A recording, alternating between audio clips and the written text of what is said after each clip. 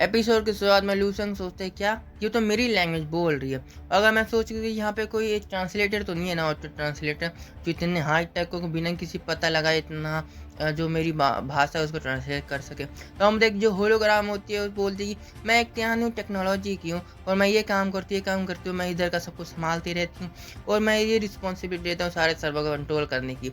और लूसेंग सोचते हैं आखिर ये क्या AI है, आर्टिफिशियल इंटेलिजेंट है, आखिर किस तरह की फ्यूचर टेक्नोलॉजी है। तो बोलती है एले तो क्या तुम मुझे अभी का जो न्यूज़ है बता सकते हो क्या।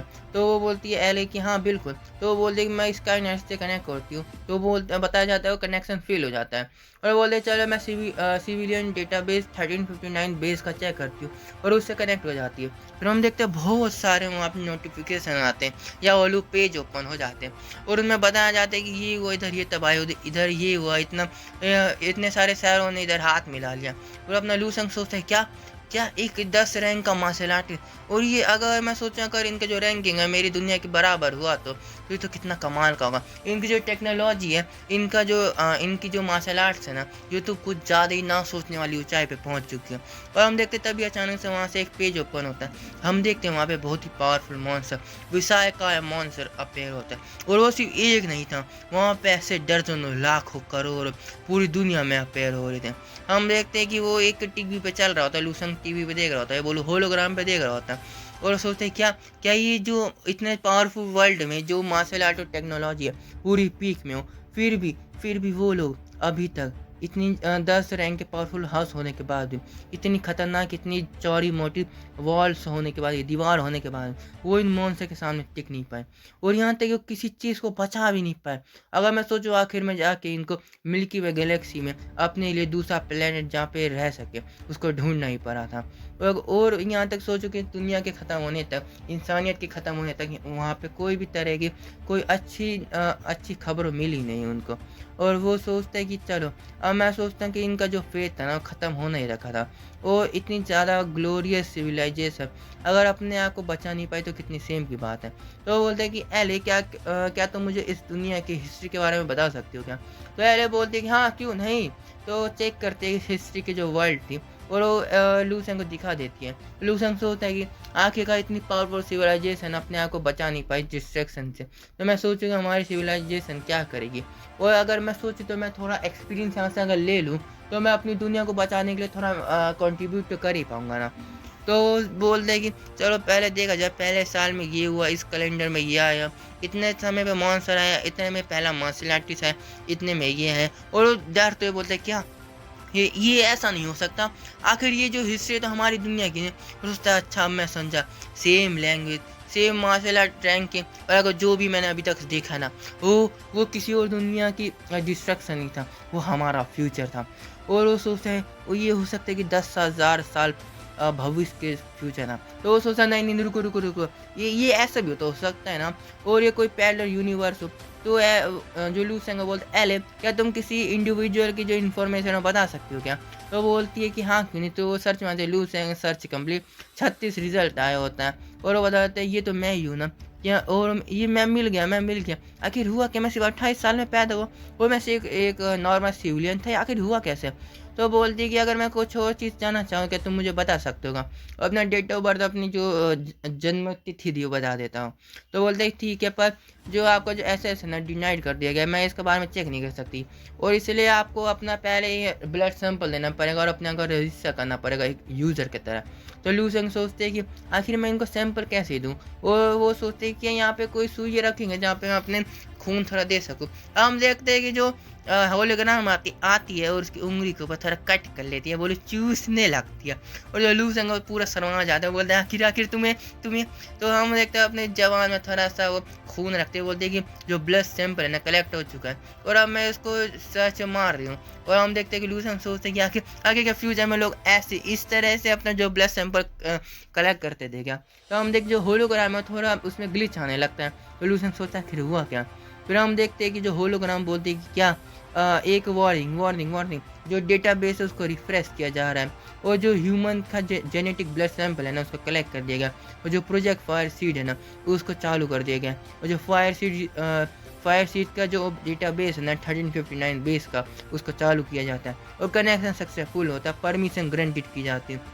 अपना लूसेंग सोचता है क्या फायर सीट आखिर ये है क्या, और क्या ये कोई वैसे प्लान से हो सकता है जो ये धरती छोड़ने के पहले ही यहाँ पे धरती पे छोड़ के गए थे। और हम देखते हैं कि लूसेंग का एक नया अपडेटेड वर्जन आता है जिसमें लूसेंग होता है वो 37 एज तक जिया था, फिर सिंगल मारा गया था बेचारा। बेचारा यार सिंगल मरा, आज तक सिंगल ही मरा।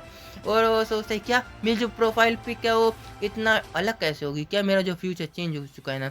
अगर मैं सोचूं कि मैं जो ग्रेड स्कूल में सबसे ज़्यादा बेस्ट थे और मैं हाई में गया और वहाँ पे 23rd रैंक थी पूरी सिटी में, और फिर मैंने भाई माशाल्लाह यूनिवर्सिटी में इनरोलमेंट किया। फिर उसके बाद मैं मिलिट्री में 3 साल तक काम किया, फिर मैं इस डिवीज़न में गया, यहाँ पे मर गया, साउथर्न वॉर जोन में जाके मारा गया, और मैं 37 एज में मर गया, और मैं लेफ्टिनेंट बना बिना कोई सी आउटस्टैंडिंग कंट्रीब्यूशन का। और सोचते हैं क्या क्या ये सब मेरे ताकतवर होने वजह से हुआ, मेरा जो फ्यूचर था चेंज हो गया क्या। और सोचते क्या मेरी जो ज़िंदगी थी ना वो 18वें साल तक बिल्कुल सेम थी, और उसके बाद सब कुछ बदल चुका। मेरे को लगता है कि जैसे मैं ताकतवर हुआ ना अचानक से मेरी फ्यूचर बदल दी। और यहाँ पे मैं सोचूँ तो जो अचीवमेंट है कुछ भी नहीं है, ये तो ना के बराबर है। और जो इतनी बड़ी डेटाबेस में इतने सारे ह्यूमन जब पैदा हुए 10,000 साल में, मैं तो कोई जीनियस के तौर पे भी जाना भी नहीं चाहूँगा। और मैं सोचूँ 10 साल में की हिस्ट्री में ना बहुत सारे अनगिनत जीनियस पैदा हुए होंगे, और एक लेजेंड जो हिस्ट्री में रह गया बिना किसी के जाना आखिर क्या भी कर सकता है। तो सोचता है कि जो डेटाबेस है ना पूरा करेक्ट नहीं है। अगर मैं सोचूं जो मेरी वाइटलिटी है स्कूल छोड़ने के बाद वो इसमें 2.012 बताएगी, और मेरा कॉम्बैट पावर 257 बताया गया। और अगर मैं सोचूं अगर मैं सीधे सीधा ऐसे जाऊँ ना बिना किसी सप्लाई को लिए तो मैं लगभग यहाँ पे पहुँच ही जाऊँगा। पर अगर मैं किसी तरह ये ड्रीम वर्ल्ड की टेक्नोलॉजी और यहाँ के जो भी मदद ले लूँ ना तो मैं इसको बहुत आसानी से कुछ दिन में सरपास कर दूँ, और मैं लू सेंग जो उसी 23rd रैंक पे था सिटी में। आखिरकार मुझे नेशनल रैंक पे होना चाहिए था, मेरा सिर्फ रैंक इतना क्यों था। मैं पूरी दुनिया को दिखाऊंगा ना कि मैं कौन हूँ, और मेरे ऊपर कोई जा नहीं सकता, मेरा फ्यूचर है ना। अगर मैं चाहूँ ना तो मैं इससे भी ज़्यादा पावरफुल बनना चाहता हूँ। और अगर मैं अपनी पावर से अपना फ्यूचर बदल सकता हूँ ना तो मैं जो मैं इतनी दिल से चाहना चाहता हूँ ना, पाना चाहता हूँ, वो मैं हर चीज़ पा लूँगा, और कोई मेरे को रोक नहीं पाएगा। और सोचते हैं कि जो ये दुनिया है ना उसका जो डिस्ट्रैक्शन है क्या मैं इसको बदल सकता हूँ अपनी ताकत से। और मैं लू सेंग जो भी मेरे आसपास लोग हैं ना उन सभी को मैं प्रोटेक्ट करना चाहता हूँ। फिर हमें बताया जाता है लू सेंग के शरीर में एक अचानक से आग जागती है कि वो किसी चीज़ को पाले और अपने जो लोग हैं उसको प्रोटेक्ट करे, और इसलिए वो अपनी पूरी दुनिया को बदलना चाहते हैं। फिर हम देखते हैं ये पे हमारा एपिसोड ख़त्म नहीं होता है, ये और थोड़ा चलेगा। तो लू सेंग उठ जाता है सुबह और खाने के लिए टेबल में बैठता है। तो जो उसकी मदर होती है बोलती है कि लू सेंग तुमने अपना यूनिफॉर्म क्यों नहीं पहना, और क्या तुम्हें अभी स्कूल नहीं जाना है क्या आज। तो लू सेंग बोलता है मदर बात ये नहीं कि मेरी जो टीचर ने बोला कि तुम घर पे अभी स्टडी कर सकते हो, जैसे तुम्हें स्कूल में आने की कोई ज़रूरत ही नहीं है। जो उसकी बहन होती सोचती क्या ऐसा भी कोई सेल्फ स्टडी का ऑप्शन था क्या, और मैंने इस चीज़ के बारे में सोचा ही क्यों नहीं।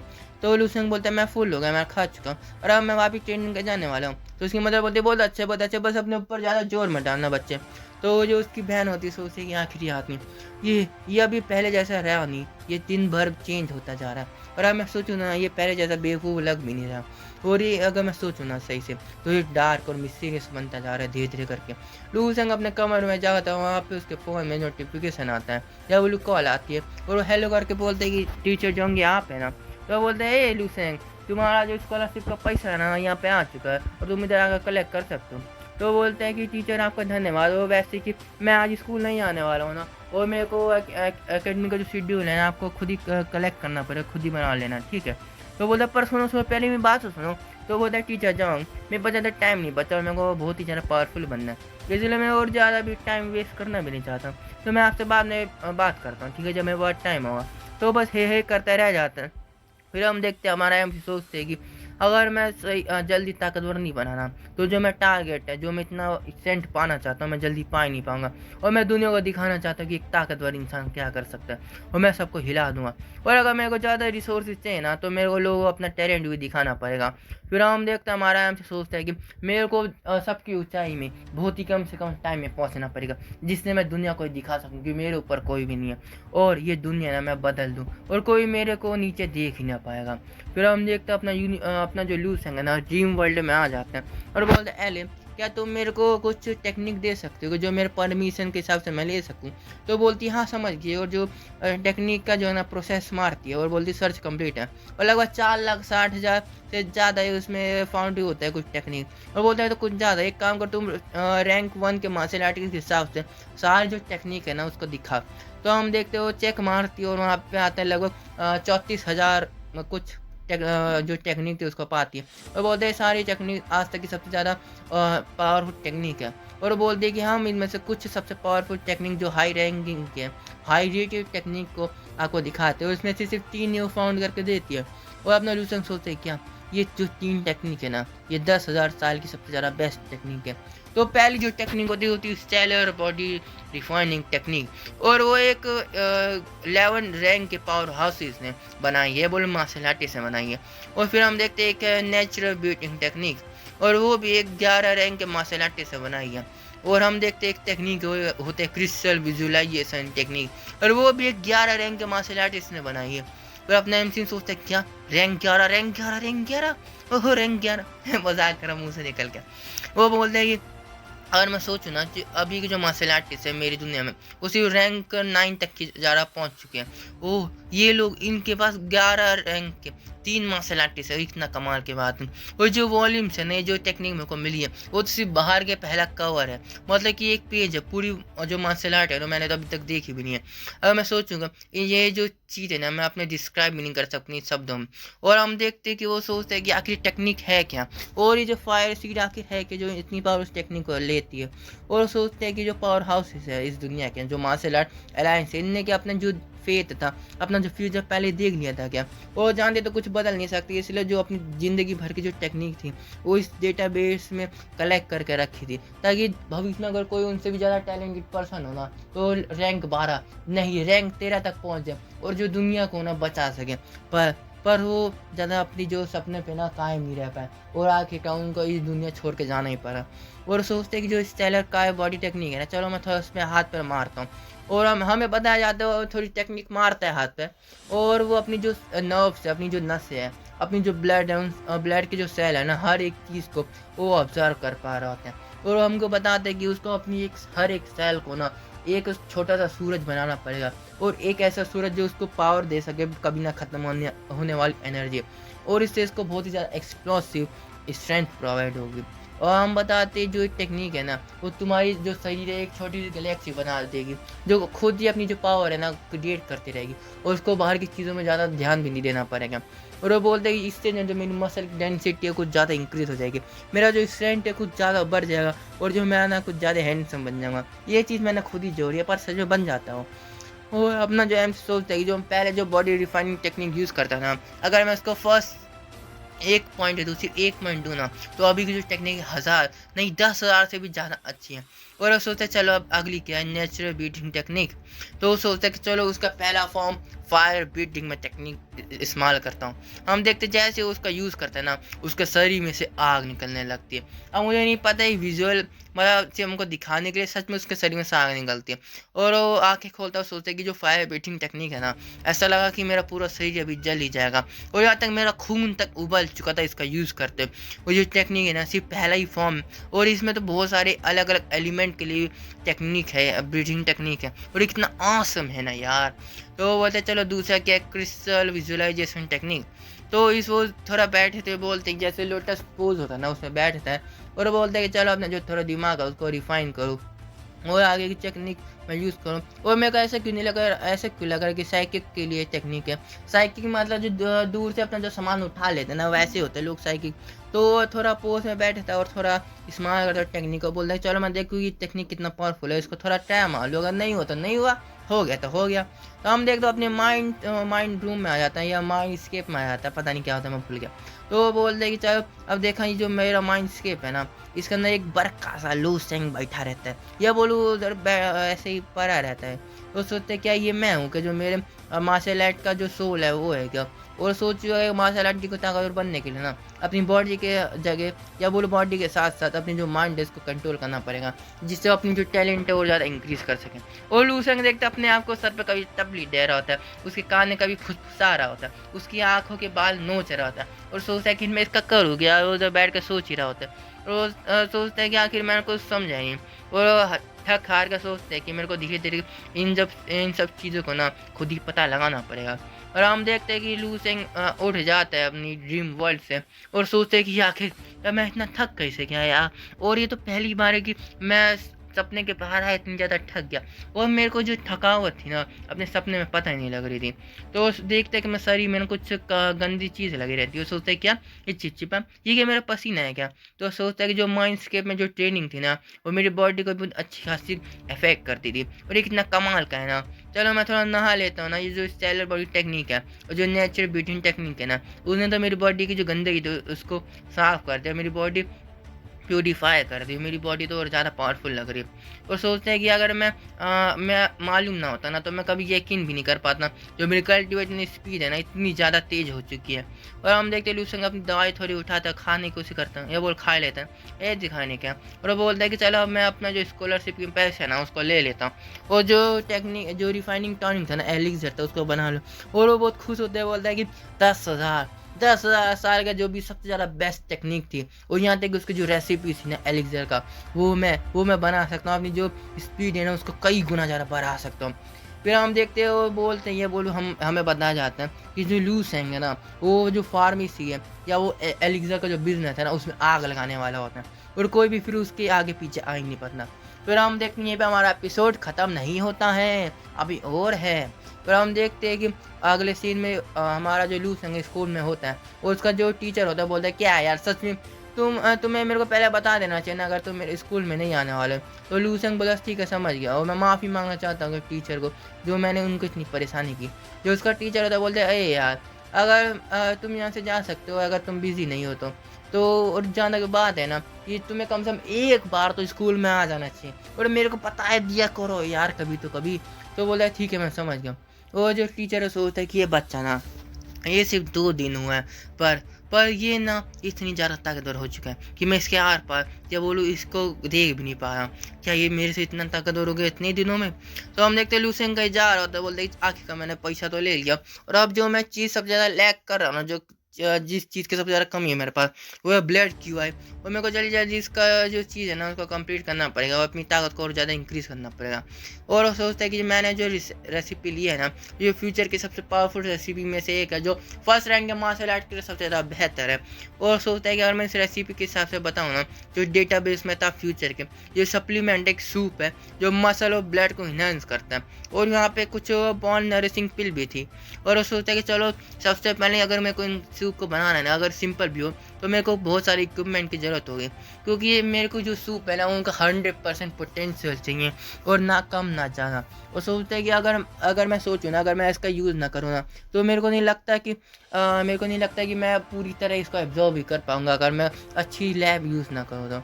और सोचते हैं कि वैसे भी मैं इसको अफोर्ड नहीं कर सकता और जो ये लैब है ना मैं भाई इतने पैसा भी नहीं उनमें से एक लैब भी खरीद सकूँ।